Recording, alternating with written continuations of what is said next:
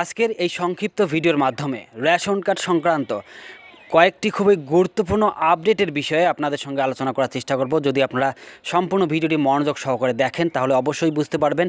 এবং আজকের এই ভিডিওটির মাধ্যমে যে কয়েকটি আপডেটের কথা আলোচনা করার চেষ্টা করব, অবশ্যই আলোচনা করার চেষ্টা করব সেই কয়েকটি আপডেটের মাধ্যমে রেশন কার্ড উপভোক্তাদের বা জনগণদের কতটুকু সুবিধা বা সহজবোধ্য হবে আপডেটের কারণে অবশ্যই বুঝতে পারবেন।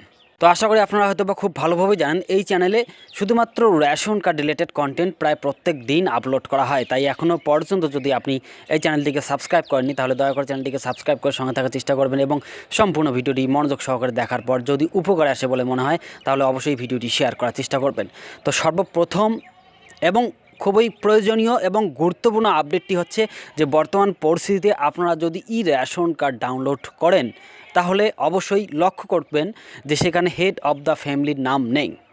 সাপোজ ধরুন আপনি যদি আপনার নামের রেশন কার্ডটি ডাউনলোড করেন, রেশন কার্ডটি ডাউনলোড করেন তাহলে অবশ্যই লক্ষ্য করবেন যে আপনার যে অরিজিনাল রেশন কার্ডটি রয়েছে সেখানে হেড অফ দ্য ফ্যামিলির অপশন রয়েছে এবং সেখানে হেড অফ দ্য ফ্যামিলির নাম রয়েছে।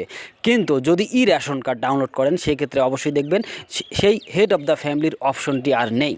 এবং সেই রেশন কার্ডে কিছু রেশন কার্ডে বা কোনো ব্যক্তির রেশন কার্ডে লক্ষ্য করা যায় যে জন্ম তারিখ নেই। তবে এটা বিশেষ একটা সমস্যা নয়, তবে সবার জন্য কিন্তু এই সমস্যাটি হচ্ছে না বর্তমান পরিস্থিতিতে, কিন্তু সবার জন্য কিন্তু দেখা যাচ্ছে রেশন কার্ডে হেড অফ দ্য ফ্যামিলির নাম নেই। তো এই যে হেড অফ দ্য ফ্যামিলির নাম নেই, এই আপডেটের ফলে খুবই উপকারী হবেন তারাই যাদের রেশন কার্ডে বা যাদের রেশন কার্ডে হেড অফ দ্য ফ্যামিলির নাম এতদিন পর্যন্ত মিস্টেক ছিল বা ভুল ছিল, বা পরিবারে অনেক সদস্য রয়েছেন হেড অফ দ্য ফ্যামিলিকে পরিবর্তন করতে চাইছেন, শুধুমাত্র সেই সমস্ত ব্যক্তিদের ক্ষেত্রে কিন্তু খুবই উপকারী এবং প্রয়োজনীয় হয়েছে এই আপডেটটি।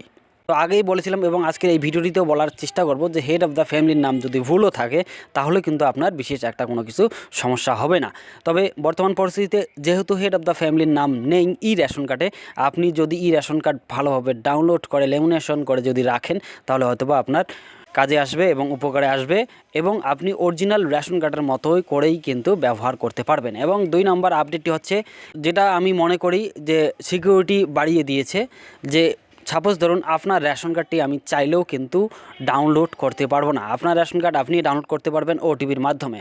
আমি ডাউনলোড করতে পারবো আপনার রেশন কার্ড, অবশ্যই ডাউনলোড করতে পারবো, কিন্তু আপনার পারমিশন নিয়েই ডাউনলোড করতে পারবো। এতদিন পর্যন্ত কিন্তু বিনা অনুমতিতে অর্থাৎ বিনা ওটিপির মাধ্যমেই কিন্তু রেশন কার্ড ডাউনলোড করা সম্ভব হতো, কিন্তু বর্তমান পরিস্থিতিতে আপডেটের কারণে রেশন কার্ড ডাউনলোড করতে গেলে কিন্তু ওটিপির প্রয়োজন হয়।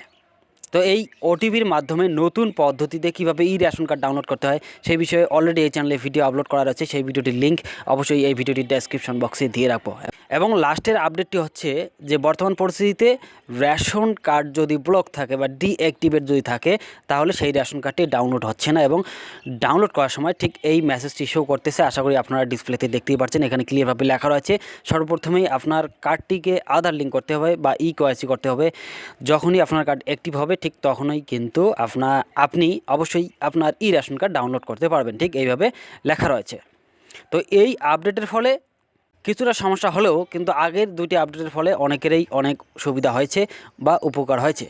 তো আশা করি আজকের এই সংক্ষিপ্ত ভিডিওর মাধ্যমে যে 3টি আপডেটের কথা আপনাদের সঙ্গে আলোচনা করার চেষ্টা করলাম অবশ্যই বুঝতে পেরেছেন। তো সম্পূর্ণ ভিডিওটি মনোযোগ সহকারে দেখার জন্য আপনাকে অসংখ্য ধন্যবাদ। ভালো থাকবেন, সুস্থ থাকবেন, আবারও দেখা হবে নতুন কোনো একটা ভিডিও নিয়ে। ধন্যবাদ।